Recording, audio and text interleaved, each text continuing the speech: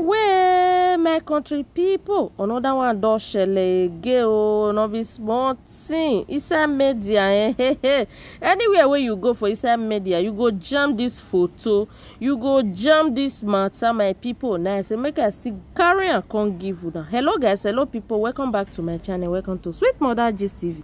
I greet you all according to your time. How una dey, my amazing people? Yes, so I don't carry another ogbonge Tori come give you now.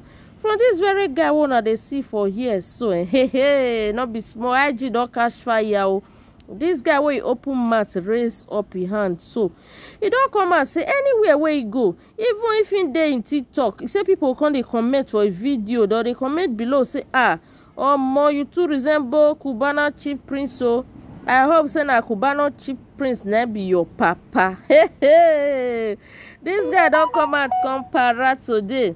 Not be small thing. He can't dey tell us say his mother must give her explanation today. Oh, he say he need the DNA test. Una see am for there. He say I need to do a DNA test. He say and if his mother come today, say na wahala. He say his mother must explain to am say I manage. He can't resemble Cubano chief prince. Say his mother need to explain to am say if that Cubano chief prince then be papa, say may mother let her know so that Cubano chief prince go take irresponsibility. This guy did 19 years, my people.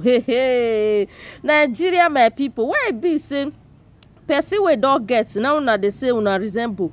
Una wan go meet and say na una papa. No be juju be that. Hey, una no go find one ajekpako. Mo na say una resemble.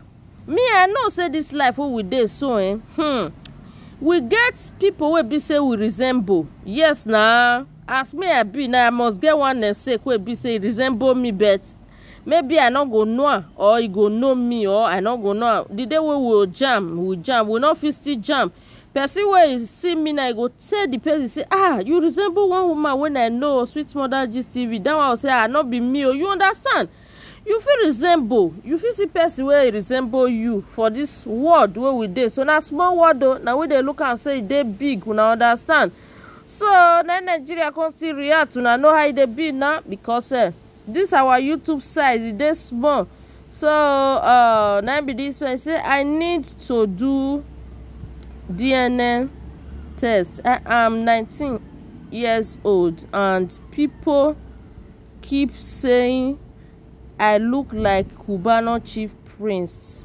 Please, Cubano chief prince, if I am your son, please come and carry me out of the streets. Something like that. Nigeria boy cry out as he review that people keep telling him he look like Cubano chief prince. Do you see any resemblance? Wahala be like bicycle, no they use for my people. Now this very first commenter cause a Cubano chief prince don't tire for this una DNA test too. Cubano chief prince, let me say you dey bomb for everywhere. Been a what they happen. 158 people can react to that very comment, and the commenter can also put laugh. So we can't get another one. He said now why I've faced my hustle. So one pikin will not grow up and start looking for their papa when not lost. Okay. Another one can say why I not go talk be say back in that days I used to hope I will wake up and discover that